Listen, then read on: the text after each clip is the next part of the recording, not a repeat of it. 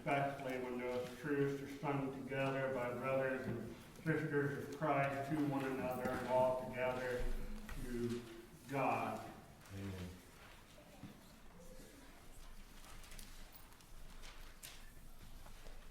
A wonderful thing.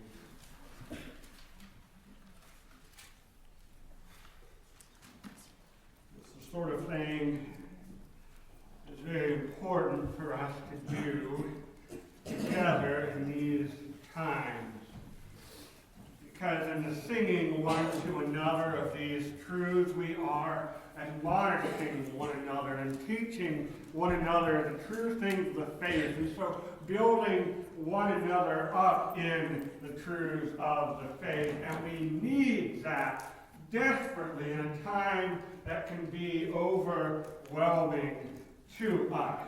When our hearts so often grow faint as we go out from here and find ourselves on our own and surrounded by the news and the sounds and the sights of a world that seems to be losing its mind and a church that seems to be going along with it.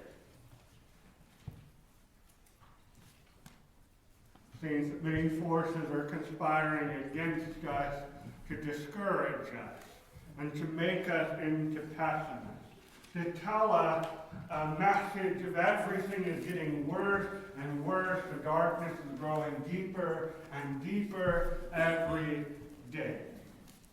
And in this season, it ought to be most full of joy and light for those who know the true meaning of Christmas and the real reason for the season, who celebrate Advent, and not just an old man in a red suit, or some sorcery involving 3 balls of snow stacked on top of each other in a felt hat, or a reindeer with some sort of radioactive nasal fixture.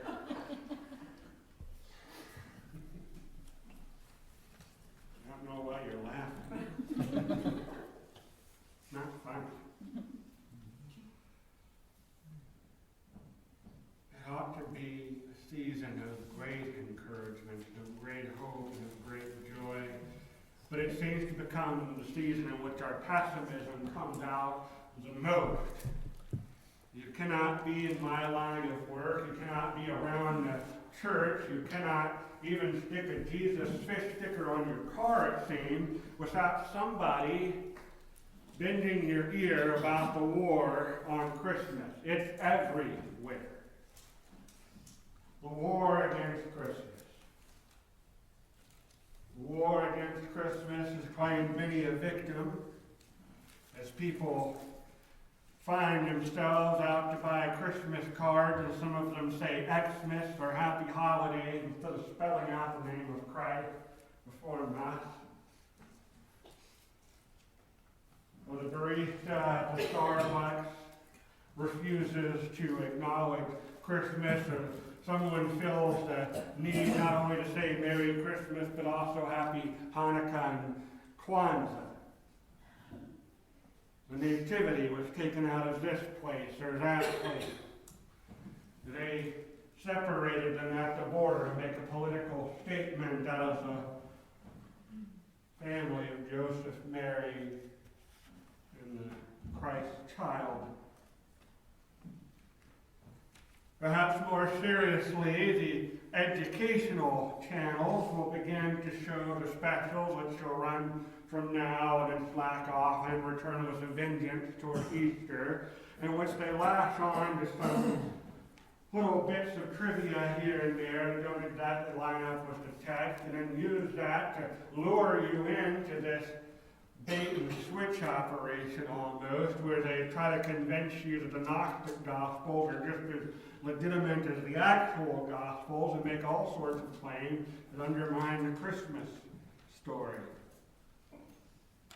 Many of our brothers and sisters, and perhaps even we ourselves, wonder at these things as though some strange new agenda has risen up against us, and we act as though we have been greatly and gravely oppressed. I don't need to tell you how ridiculous all of this is. The fact of the matter, though, is that there is a war on Christmas, and the war that we have been talking about, the war that we would think about when I use that term, is nothing more than a feint, a distraction. It's interference for the war that's going on underneath. But in all of these wars are waged, and have been waged since the very beginning of Christmas, yea, even all the way back onto the beginning of the need for Christmas in Genesis chapter 3, all of the wars, all of the problems that arise from the war, all of the problems the wars cause in our heart, all of them have the same answer. And it is not as though this answer is hidden somewhere obscure in the back of your Bible, but even those of us who only show up to church twice a year have heard the necessary fact to know the answer, to know the way of victory in the war on Christmas or Christianity, the war on humanity. This day, we are to be reminded of something very simple, very fundamental, but something so precious, something so easily forgotten. Let us entreat the Lord's help in this word. Father, there are so many things in the verses I'm about to read. I was overwhelmed in studying on them by the sheer concentration of truths, of fulfilled promises, of glorious realities. By reminders of why there is a war, reminders also of how it was won a long time ago. Lord, this is not my story to tell. This is not my word to speak. It is yours. Please, Lord, use me this morning, though I am unworthy and unsuitable to be used. I am weak. In my weakness, may your strength be made perfectly evident here. And let us all go forth rejoicing, and let our hearts still be rejoicing when we gather again in the evening to go caroling, that our songs should resound with the joy of this season and the story that is remembered in it. And all those who hear would be reminded. We would be reminded what Christmas is all about. Lord, I'm only a branch, you are the vine. Abide in me now in such a way that your will should be done without exception or hesitation. Open these hearts and these minds to receive. Let no other power have sway here but the power of your Holy Spirit. To you be all glory and honor and dominion forever and ever. In Jesus' name, amen. Turn with me, if you will, to the Gospel of Matthew. The Gospel of Matthew, chapter 2, and beginning in verse 1. The Gospel of Matthew, chapter 2, and beginning in verse 1. We have just finished reading about the birth of Jesus from the perspective of Joseph, and Joseph will continue to play his role here in today's narrative, reminding us that Jesus had both of his parents. And in the fact that Jesus had both of his parents, there is a good lesson to an age that so often finds men neglecting their responsibilities, and mothers overburdened, and now even mothers neglecting their responsibility and leaving their child orphaned, though both parents yet live. This is a terrible and evil thing. If there were ever a child born that could bear it and not be scathed, it was the Christ child. And yet, though the Lord denied himself many a benefit that we would covet, he did not deny himself the activity of a father and mother in his earthly upbringing.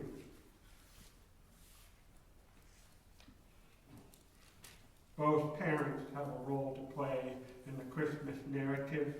Both parents have a role to play in the narrative of any child the Lord sees fit to bring into this world.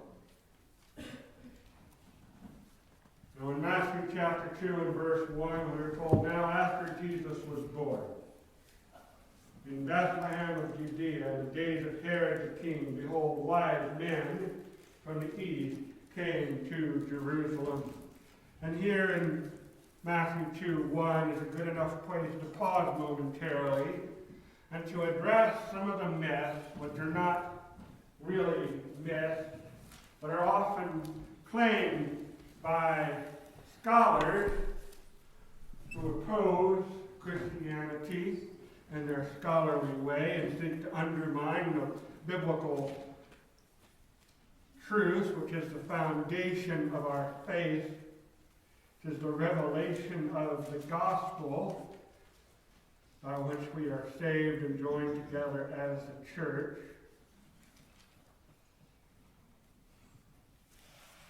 One of them is that Jesus was not actually born on December 25th. This is true. December 25th was never chosen as the date because anyone believed it was actually the date. It just happened to be convenient.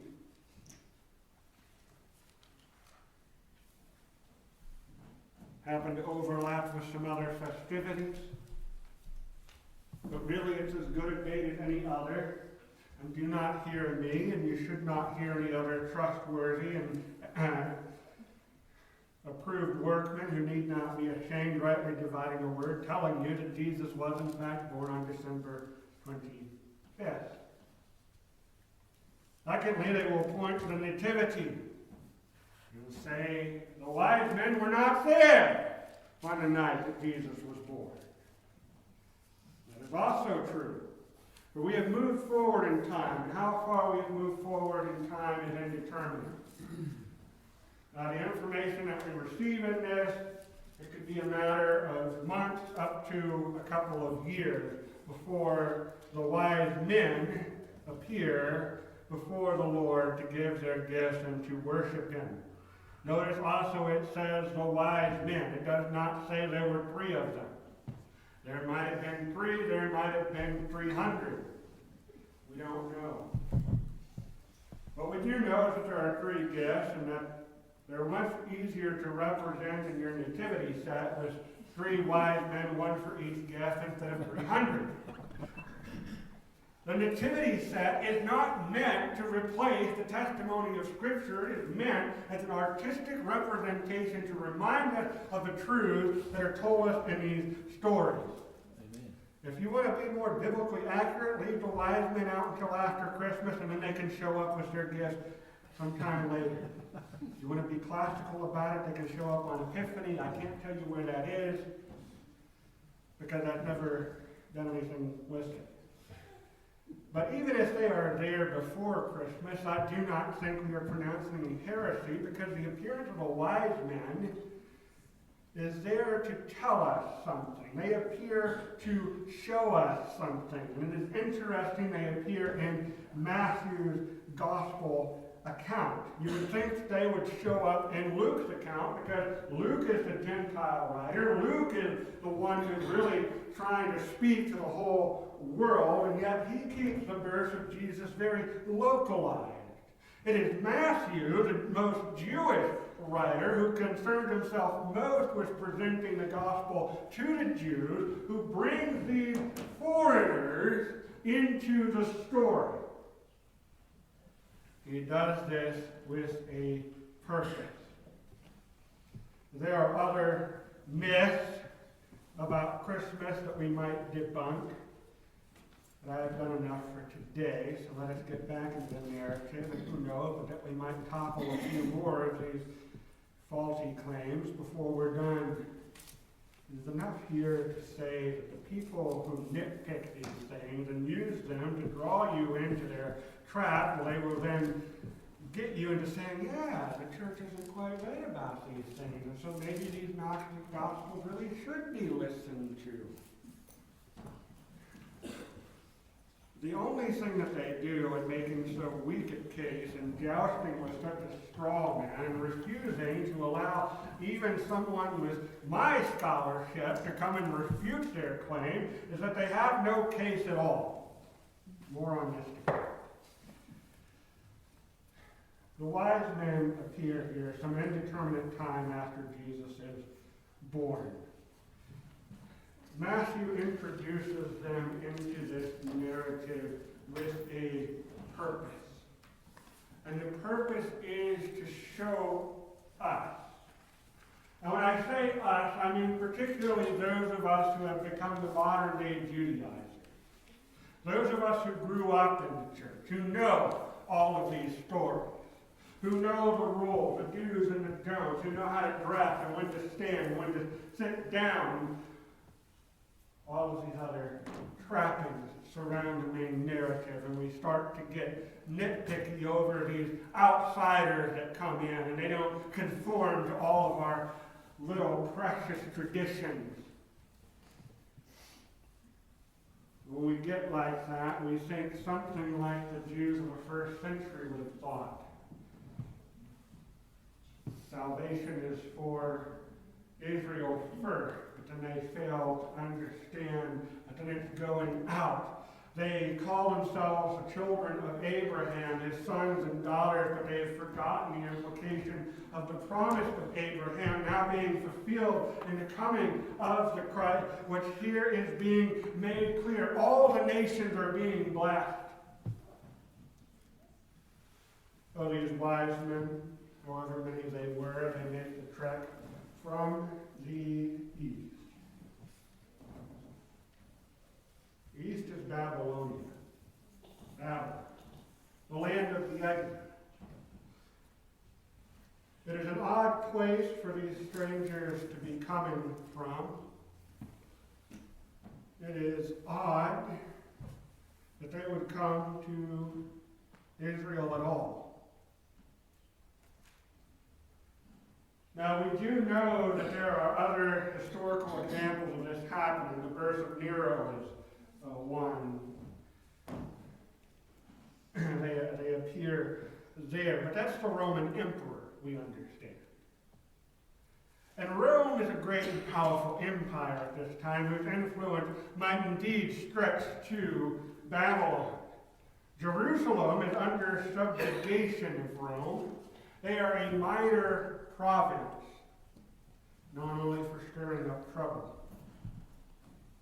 They are not important. They are certainly not important to people in Babylon, certainly not important enough to inspire them to trek all the way to Jerusalem.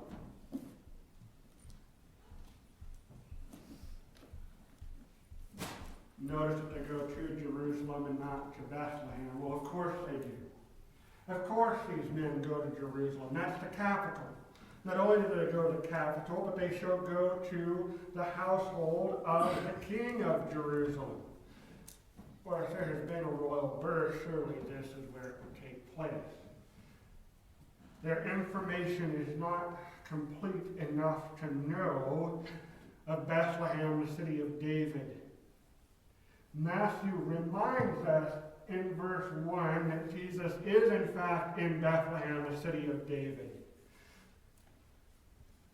Because compounded was the point of his genealogy that Jesus is the son of David, not only the son of David, but more importantly, the royal heir of David, the successor who shall sit the throne for eternity. The fact that he is born of a Davidic lineage in the city of David just makes this most emphatic that here is the king in the line of David. Here is the promised one coming. The wise men don't know this. They show up in Jerusalem, verse 2, saying, "Where is he who has been born King of the Jews?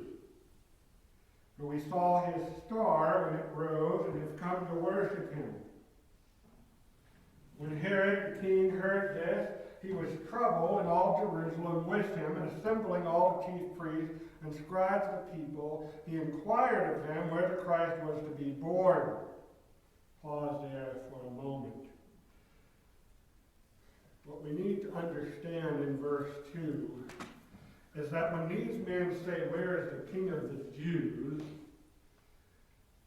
they are saying in their own Gentile way exactly what Herod said when he inquires of the priest about the Christ. They are not concerned about the kind of king of the Jews that Herod is. They are concerned about the Messianic king of the Jews, the son of David. And Herod clearly understands this. This explains why he is troubled. Of course he is troubled. These men are coming here seeking one in the lineage of David. They are coming, and in their coming they are very much like the coming of the Queen of Sheba to admire the work of Solomon and the kingdom his father David had built, and that he had really built up as he inherited it. Herod ought to be concerned. His nation is politically in unrest. They do not like being under Rome, and they sit under the yoke of Rome uneasily. And Herod has no legitimate claim to this throne. He's from Edom. He's the son of nobody. He basically gets this position bought for him. And so it's no wonder when someone comes in, these powerful, wise men from the east, making this great journey to adore the King of the Jews, the Messiah. Yes, Herod is going to be troubled. What is interesting is that all Jerusalem is troubled with him. Herod stands to lose something here. His kingdom, his position, his power, his influence, his riches, his status, his life could come crumbling down. Jerusalem. This is the person they've been waiting for. This is the Messiah they are looking for. This is the son of David they've awaited. This is a person with an actual claim to sit the throne of Israel. And yet it seems they all were troubled just as Herod was. Perhaps their taste for unrest did not go far enough, or perhaps Matthew is simply setting us up here for the opposition that will come against Jesus starting now and continuing until the end of his earthly ministry. And then it will fall upon his church. As we shall see, this is not the first time the Christmas story has been opposed. Verse 4, assembling all chief priests and scribes of the people, he inquired of them where the Christ was to be born. They told him, in Bethlehem of Judea, for so it is written by the prophet. And you, O Bethlehem, the hand of Judah, are by no means least among the rulers of Judah. For from you shall come a ruler who will shepherd my people Israel. Here now is Matthew's concern to place the birth of Jesus in Bethlehem, for the Messiah must be born there. And everyone supposes that Jesus was of Nazareth, for he is called a Nazarene. And that too must be so, but Matthew here is making an apologetic argument to the Jewish people, showing them that Jesus meets every criteria. He checks every box. Some people are going to say, yes, Matthew put all of these together, and then he created the story, he twisted the story around just to make it come out right. That's not the way he wields these prophecies. If you look at the literary mechanisms that he's using here, the way that he is bringing these prophecies in, the way that he is phrasing these things, it is clear that he is not building the narrative around this, but that he is working them into a narrative that have already happened to try to explain why it is happening. Verse 7, and Herod summoned the wise men secretly and ascertained from them what time the star had appeared. And he sent them to Bethlehem, saying, go and search diligently for the child, and when you have found him, bring me word that I too may come and worship him. This all looks to be in good faith, does it not? Verse 9, after listening to the king, they went on their way. And behold, the star that they had seen, when it rose, went before them until it came to rest over the place where the child was. Were I back home in Huntsville, there would be a lot of astro engineers and physicists and astronomers begging me to explain to them how this thing has happened. Luckily, I'm not here. I'm not even going to try. But how this star came to be and how it moves the way that it does not need to be explained by the laws, or rather our understanding of the laws of physics. This thing happened because God willed it to happen, because God willed the magi to come here, and he made the way known to them. God who created the universe, who knows its mechanism perfectly. This is a small thing for him to do, and we should not get too caught up in trying to explain it in our own incomplete and imperfect understanding. So there are suggestions as to how it may be done. Verse 10, when they saw the star, they rejoiced exceedingly with great joy. And going into the house, they saw the child with Mary, his mother, and they fell down and worshipped him. Then opening their treasures, they offered him gifts, gold and frankincense and myrrh. Go back to the Queen of Sheba, whom I mentioned earlier. If you look at the gifts she brought to Solomon, these are almost exactly the same gifts, gold and spices.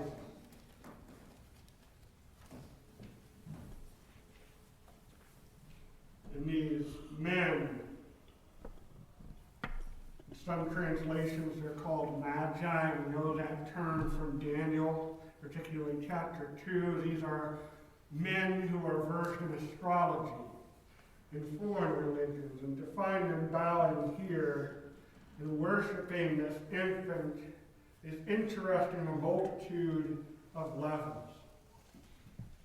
They must realize something the people of Jerusalem have missed. They must realize something that the people who ought to have realized it missed. Verse 12, and being warned in a dream not to return to Herod, they departed to their own country by another way.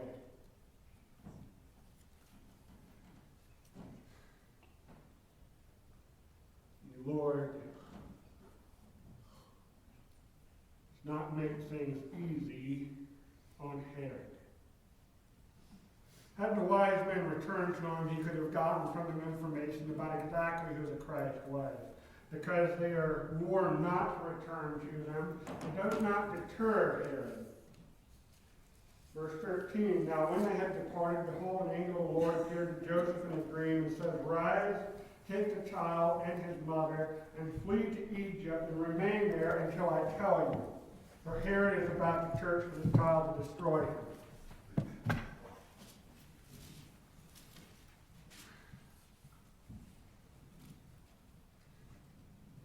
The wise men appear for a dual purpose. They appear first to acknowledge that Jesus is the Christ, he has come to bless all the nations, that the promise to Abraham is indeed being fulfilled, that one like David has arrived, who is worthy of the adoration, the other powers. They also arrive bearing gifts, and the question is often asked, what happened to this gold and frankincense and myrrh? God did not pick his child up with his earthly mother and father and put them down in Egypt. They had to make the trip there, and trips, as we all know, cost money. Living cost money. Establishing yourself in a new place is no easy task, and when, as we'll see, their time in Egypt is done, they must move back and be established elsewhere. The Lord has provided for all of this through the gift of the Magi. Even before they understand What are we going to do with this gold and frankincense and myrrh? The Lord knew what was going to happen, and he made provision for it. They fled to Egypt, and that is no mistake. Verse 14, and he rose and took the child and his mother by night and departed to Egypt, and remained there until the death of Herod. This was to fulfill what the Lord had spoken by the prophet, out of Egypt I called my son. Then Herod, when he saw that he had been tricked by the wise men, became furious, and he sent and killed all the male children in Bethlehem and all that region who were 2 years old or under, according to the time that he had ascertained from the wise men. And it was fulfilled what was spoken by the prophet Jeremiah. A voice was heard in Ramah, weeping and loud lamentation, Rachel weeping for her children. She refused to be comforted because they are no more. Jesus escapes this by going to Egypt, drawing a connection for us very strongly to another leader who escaped such a mad, murderous act in Egypt. For this is exactly on a smaller scale what Pharaoh did when Moses was born. And just as God preserved Moses, so now he is preserving Jesus. The implication here being that a new and better Moses has arrived. As Moses brought the first covenant establishing God's people as the nation of Israel, now Jesus has come with the new covenant to establish the fullness of God's people, made up of every nation, tribe, and tongue.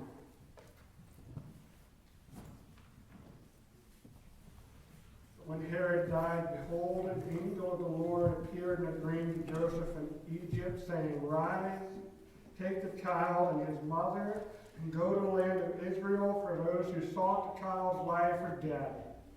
And he rose and took the child and his mother and went to the land of Israel. But when he heard that Archelaus was reigning over Judea in place of his father Herod, he was afraid to go there, and being warned in a dream, he withdrew to the district of Galilee.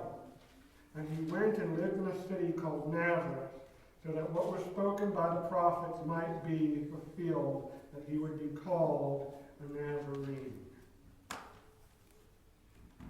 Prophecy after prophecy is being fulfilled.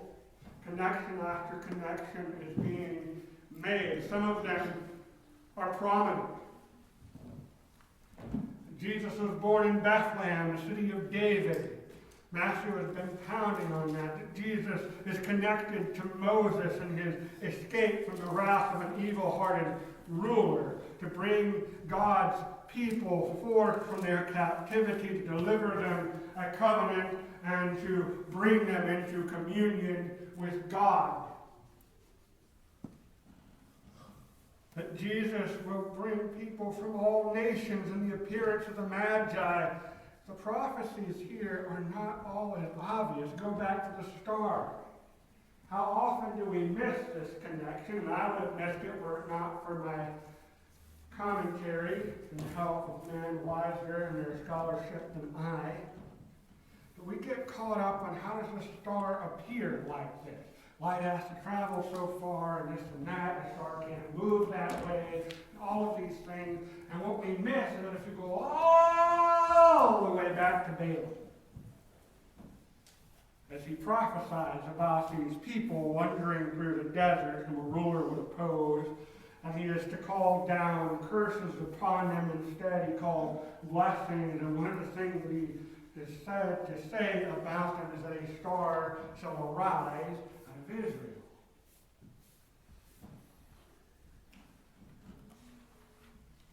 Behold the star. All of these prophecies are coming true, all of them. At the same time, the most powerful man on the scene is trying desperately to destroy the one about whom these prophecies are made. He is trying to destroy Christ. He ought to have been speaking earnestly when he says to the magi, come back and tell me where he is so I too can worship him. That would have been his right response, but instead he is deceiving them there, as the enemies of God have always been deceptive and dealt treacherously and gone back on their word. And why? What is it that Herod is trying to protect? What is it that drives him to destroy a whole city's worship of infants?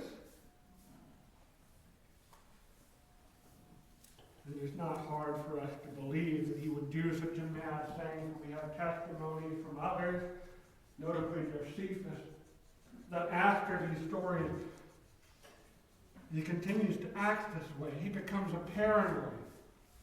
Always fearful, always afraid that somebody is coming to get his throne, his crown.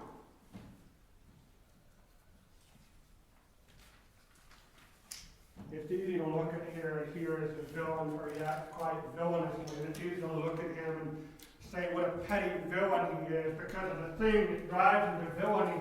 What is it? He's the king of Judea. He's not even the ruler of all of Israel. The land is divided into 3 parts right now. If I'm remembering this correctly, hopefully I am. Fact check me. Ruler of a part of it. Jerusalem is not what it used to be. It would be like being the king of Lebanon almost. If Nashville were Rome.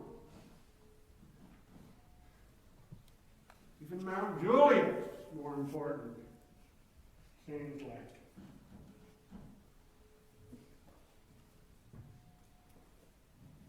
Little empire is built up here. He will go to such great lengths to protect it. He will kill to protect it. Petty little kingdom. This silly little amount of power and influence and prestige he has. Not even his by right. Did nothing to earn it. He didn't inherit it, really.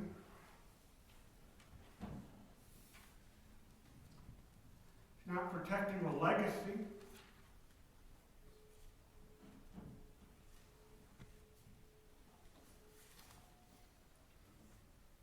He's a lot like us. It's easy for us to sit outside of this and pass judgment on Herod because we know the rest of the story, or at least we think we do. But how many times have we found ourselves acting like Herod? How many times have we found ourselves in love with this stupid little thing, thinking it something worth protecting violently and vigorously?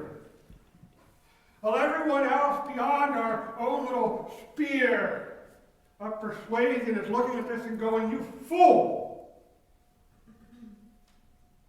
That's the thing that you have to protect. That's the thing that you're willing to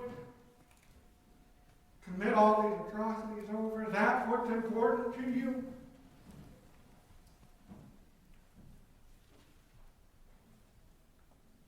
We're sitting there like Gollum with the ring. My precious. I need my precious. You'd be willing to take it into the fires of Mount Doom. Clutch this thing just for a few precious seconds as we die. Your empire of dirt. Why?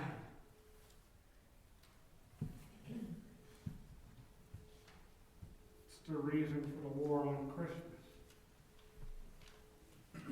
Because that little thing, whatever your one ring, whatever your precious is, whatever empire of dirt you've built up, Whether it's a position you have like Herod, maybe it's a possession you have, maybe it's a skill that you have, maybe it's your family, maybe it's your church. Maybe it's your own self-conception, your looks, your perceived character, your reputation, your legacy, your family name, whatever it is.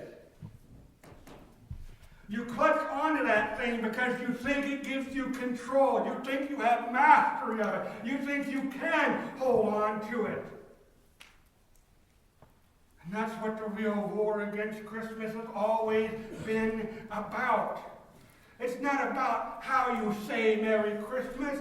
It's not even really about trying to refute the claims of the Bible. It's the reason behind all of that. Because what Christmas does is it brings a threat against your little empire of dirt. It comes to you and says, you cannot hold on to your precious little thing. It comes to you and it says, bow. It comes to you and it says in the words of the song, oh, fall on your knees. Because the Messiah is here before you. God has come near unto you. Worship Him. And we, like Herod so often, like Pharaoh before him, our hearts are hard, and we're going, no!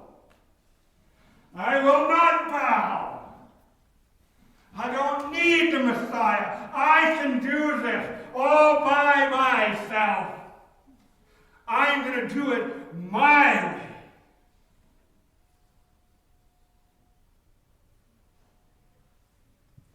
Somewhere deep down inside, we know that there's a real threat like Herod did. Somewhere deep down inside, there's a part of us like Pharaoh, and we keep getting more and more convinced, hey, wait a minute, I can't take this Moses guy, and there's some power behind him that I can't deal with.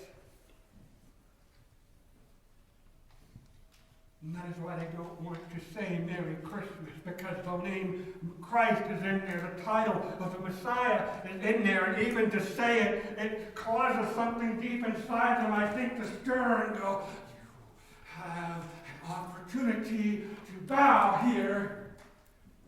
They don't want to look at the light. When they look in the light, they have to acknowledge how small they are and how petty they are, and that the empire of dirt is just that. Their precious is this stupid little thing. The light comes in, they have to acknowledge how useless and futile it all is. And they just don't want to go there because they love what they have. What they think they have. They love the darkness instead, because when it's dark, they can imagine. Their imagination has plenty of space. They can't see reality, so reality must be whatever they conceive of it. That's why they make war against the Bible, because the Bible is the standard of truth. The Bible is the thing that keeps telling them, and they can't ignore it. And so they try to undermine it so that they can. They try to say, well there's got to be some way. If we can just get in there and just chip out from under this thing, it will collapse under its own weight. That is why they are so violent and so vigorous in their attacks. That is why they are willing to go to the length that Herod was, even to madness and murder to protect this thing, because they just can't stand it.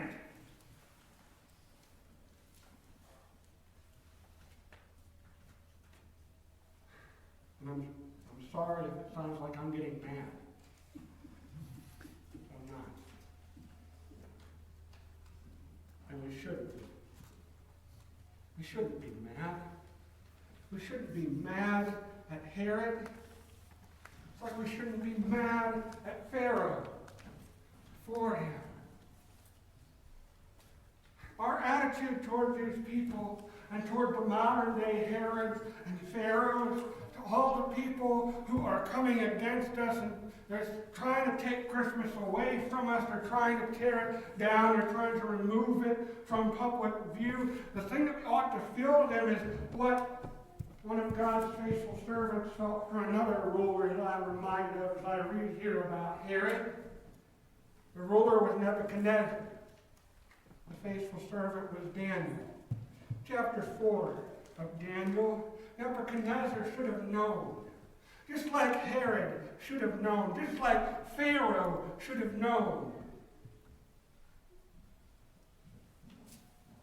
He had seen in chapters 1 and 2 and 3 what the Lord could do. He had tried to destroy the servants of the Lord using his greatest weapon, his greatest power made against man. It couldn't even make them smell like smoke. And yet he is out there before his little empire of dirt in the dark going, is this not Babylon the Great, which I myself have made? And he knew it was coming. Just as God guides Joseph through the dreams here to all the places he needs to be, God was telling Nebuchadnezzar in his dreams from chapter 2 all the way up to the beginning of chapter 4, you need to humble yourself because I am the God of history and my word is settled in the heaven, and it is I who put you here, who built this empire for you, who gave you charge over it, and I can take it away. And in the moment that Nebuchadnezzar thinks that this empire of dirt is his, he can hold this precious thing, he can somehow give himself glory, God not only takes away his empire, he takes away his world by taking away his mind.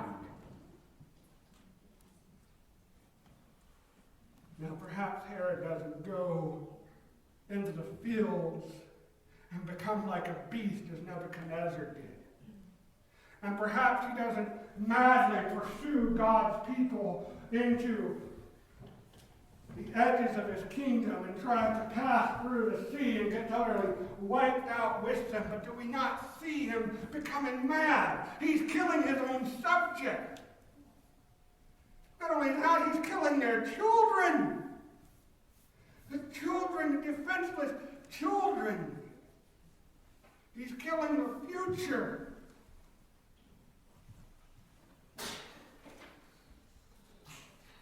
Is that not madness? Do we not see for the rest of his life that he is given over to madness? Is the word of Romans 1 not proven true here, that if you resist God to such a point, he turns you over to the depravity of your mind and all the folly that leads to?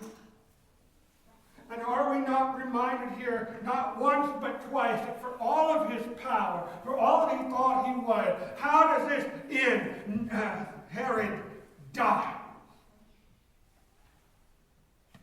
And after his death, Jesus is still alive. And he is exactly where he is supposed to be. See, all Herod's resistance did is give occasion for prophecy to be fulfilled. Despite his best efforts to annihilate this threat to himself and his own lifestyle and his own ideas, he fails utterly and completely and plays right into the hands of God.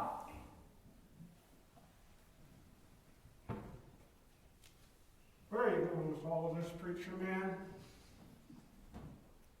This is where I'm going. Let him war against Christmas. Bring it on. Pour it on. Take my nativity set out on the public square. Take it out from in front of my church. I don't care. Tell me I can't say Merry Christmas. I'm going to say it anyway. Throw me in jail. Kill me if you have to. Go on putting out your propaganda with your experts. Don't give me a voice. Keep doing it. Put it on 24/7. Make it its own network. Go ahead. Do what you will. You cannot prevail. I'm not angry yet. I'm sorry for you. I hurt for you. I grieve for you. The war against Christmas is not something we can get mad about. It shouldn't fill us with rage. It shouldn't set our faces militantly against the people propagating it. It ought to fill our hearts with compassion for them. We ought to approach them not with raised fists to do battle, but with arms wide open. We should not come to them saying, "You idiots, you fools," so they are. "How dare you?" The motto of my generation and the generation to come after, it seems. How dare you? And we should come to them with arms wide open, saying, "As you are now, so once was I. And I am now, you too can be. Let me show you what a Messiah can do." We should not come to them trying to overthrow their little empires. We should come to them trying to turn them away from this thing and say, "Look at the true glory of God. Look at life more abundant and free. Look at the light." We shouldn't come to them as those who are trying to battle on an even plane. We haven't come to battle with them. Our battle is not against flesh and blood. You see that play out in this narrative. Jesus never confronts Herod. Joseph never confronts Herod. Mary never confronts Herod. John the Baptist doesn't come in as Herod's men are about to stab the baby and take them all out with a staff. And it could have played that way. The Magi, he should have said, "Go back and stab Herod to death." He didn't. He could have had Herod's men bust in on Joseph and Mary with their swords and their spears and their knives or whatever they're using and try to stab into the baby Jesus, and the blade melts or it disappears, or they suddenly drop dead at the foot of the crib.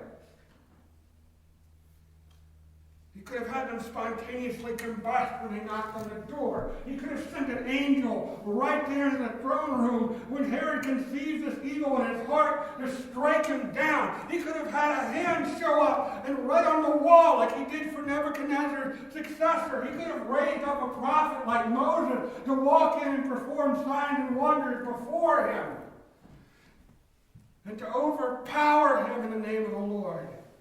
He could have created a Samson to protect the baby Jesus, but he doesn't do any of this. Instead, Herod is charging full bore at our Savior, trying to crush the life out of the light of life. And what does God have his chosen one do? Steps out of the way. He doesn't even interact with Herod. Herod goes on, he lives a little while longer. Eventually he dies, and he does face the Lord who he tried to kill. He is judged. He gets what's coming to him. And all of those who want to war against Christmas, they'll face the same. Jesus did not come into this world to dethrone Herod. He didn't come to take what Herod had. He came to give to Herod what Herod needed. This is not a comedy, friends. It's not, "Oh, look at that buffoon Herod bumbling around over there, killing all these infants, but he can't even touch the one he's actually after." Nothing funny here. This is a tragedy. It's a tragedy that's still unfolding because the Messiah has come. And if you miss that Jesus is the Messiah,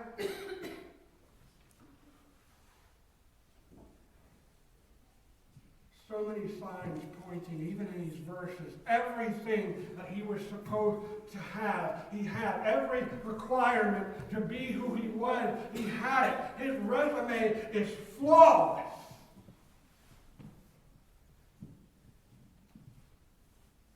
Yet they're still missing it. They're still trying to undo it. They're still waging war like Herod.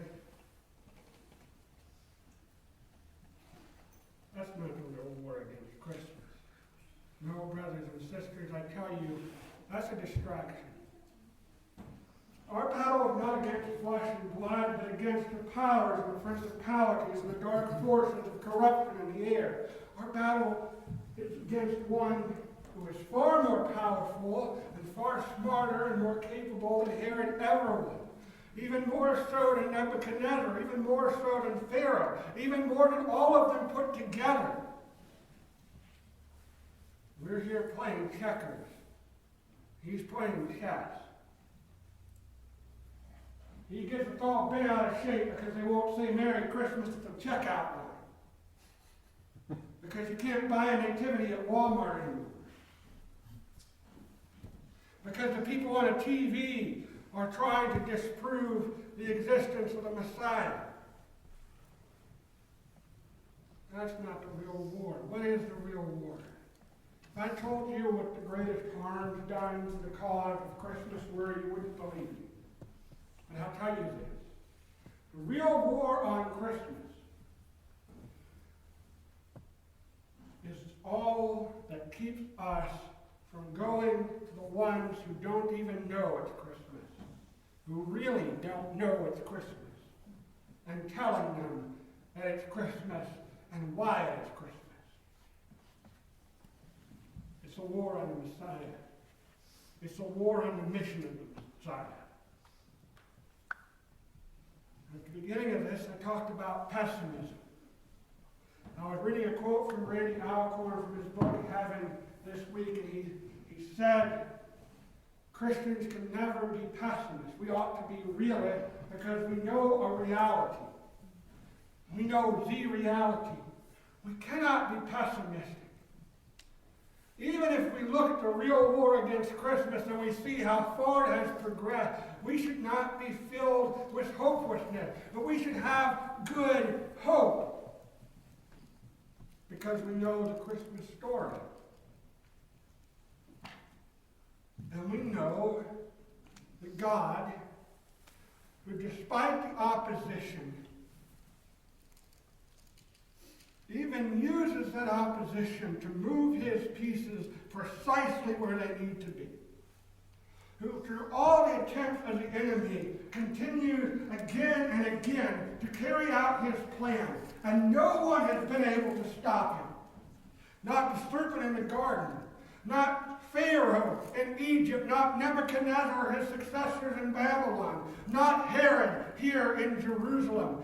And this infant Christ child, from the first breath he draws in that manger, he is marching toward the cross. And though every force will be sent to oppose him, though Satan himself shall even appear in person to derail him, none of them will move him from his goal. None of them will veer him from his path. None of them will delay him on his way. His face is set toward salvation, and he went all the way.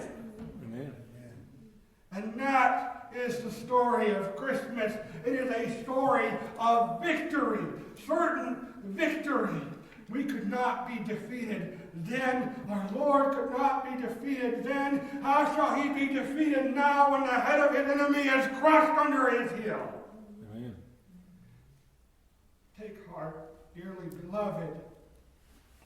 No war formed against our Lord will prevail. We know that because Christmas happened and because he marched the cross and died and was raised again, we know that there shall come another Christmas day. And this time he is not sidestepping Herod, but he is riding forth on his white steed to judge the quick and the dead. He is coming in the victory that was already apparent here in the Christmas narrative, and that will then become clear to all. Though until he comes, let us wage his war. Not against flesh and blood, not coming against men and women, but coming for them, to rescue them from our true enemy. That enemy that once held us captive too. That enemy that once wielded us as pawn in his chess game, just as he wields Herod here. We play checkers. The enemy plays chess. But our God doesn't play any games. There's never a contest with him. The outcome was never in doubt. He always wins. And so as long as we are on his side, and it's key how we phrase that, we are on his side. We are not on our side. We are on his side. He sets the agenda. He tells us where to go. He hands us our cross, and Jesus, we our cross have taken.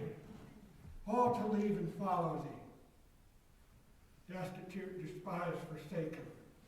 Now from hence our all shall be.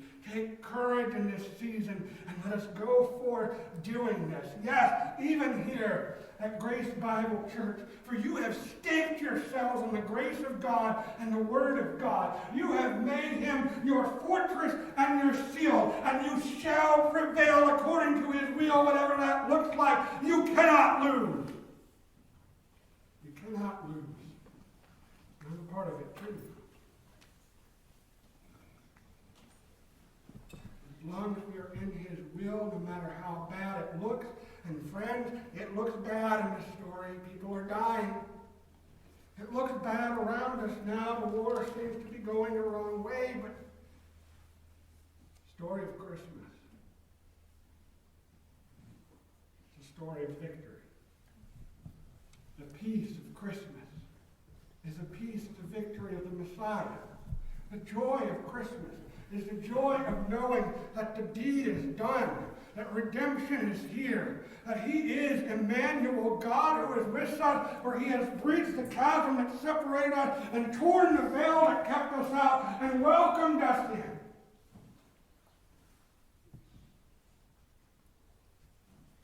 The cross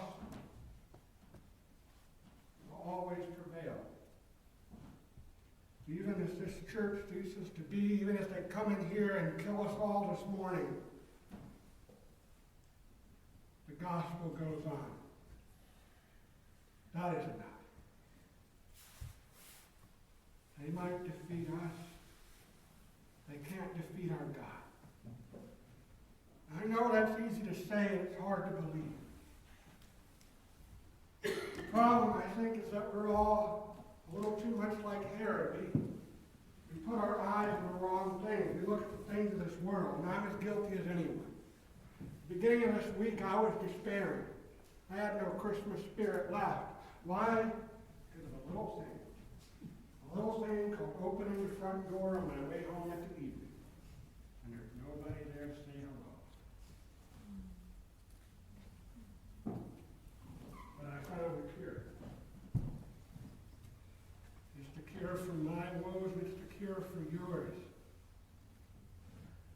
Sing the song, Jesus on my cross have taken. It says it this way: think what spirit dwells within me. Think what Father's smiles are thine. Think what Savior died to win me. And then the question, O child of heaven, canst thou repine? Solution is the greatest gift that was ever given. Solution is getting back to the heart of Christmas. Solution is to turn your eyes upon Jesus, to look full in his wonderful face, to remember what he did and what is true because of what he did, because of who he was. Whatever sorrows, whatever struggles, whatever trials, whatever darkness is trying to take your Christmas joy, however the war is being waged against you personally, the victory that we're talking about today is not only universal, but it's eminently personal. Let us have courage, each and every one of us. Let us hold fast to peace and joy which surpasses all understanding, because we know whom we have believed in this Christmas. We have been reminded. Let me pray for you, Father. Lord, my voice is nearly gone. Lord, if I had a voice with the power of 10,000 rolling thunders, and stamina to sustain me for all of my life. I could not unpack the wonders of Christmas, nor could I apply them rightly to the hearts of the people. Lord, your voice is more powerful than all the voices of all the preachers throughout the ages combined. Let that be heard today. Make perfect in us the message of Christmas. Make us bold and courageous. Give us the spirit not of fear, but of boldness, founded in the joy and peace that has brought us by our Lord. Let us recognize that no weapon formed against your people can prevail so long as your people are acting like your people. As long as we are for you and we are doing what you have commanded us to do, our purpose cannot fail, for the victory is assured. Our enemy's head is good. Help us to see rightly what is going on, Lord. Help us to remember what we know to be true. Help us to do right, and if we have done wrong, please show us. Show us right now, right here, that we can repent. Lord, if we have become like Simon the sorcerer, and we are chasing after your power or your blessing and not you yourself, make it plain to us, lest we like he should be destroyed and cast out.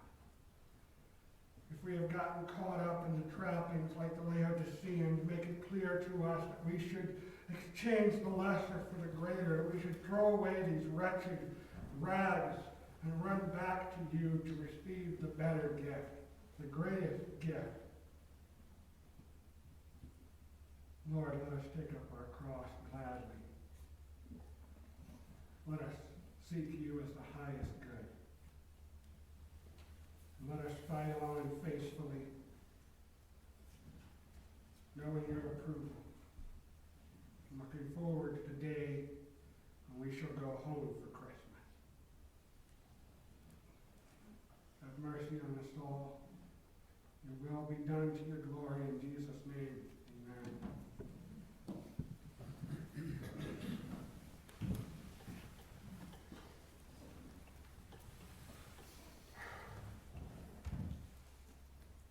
He came to open the way for us to come to him. Whatever you need to come to him for, whether you come for the first time or the millionth and first, there is nothing to prevent you. No curtain, no barrier. And there is nothing in you that he cannot deal with. Moreover, he has given you one to shepherd you towards him, to help you, to carry you when you are too weak to go. If I can do that for you today, that would be my pleasure. I mean that. Whatever the Lord has laid on your heart to do it while we have time. In this period of grace that we are given right now as we sing.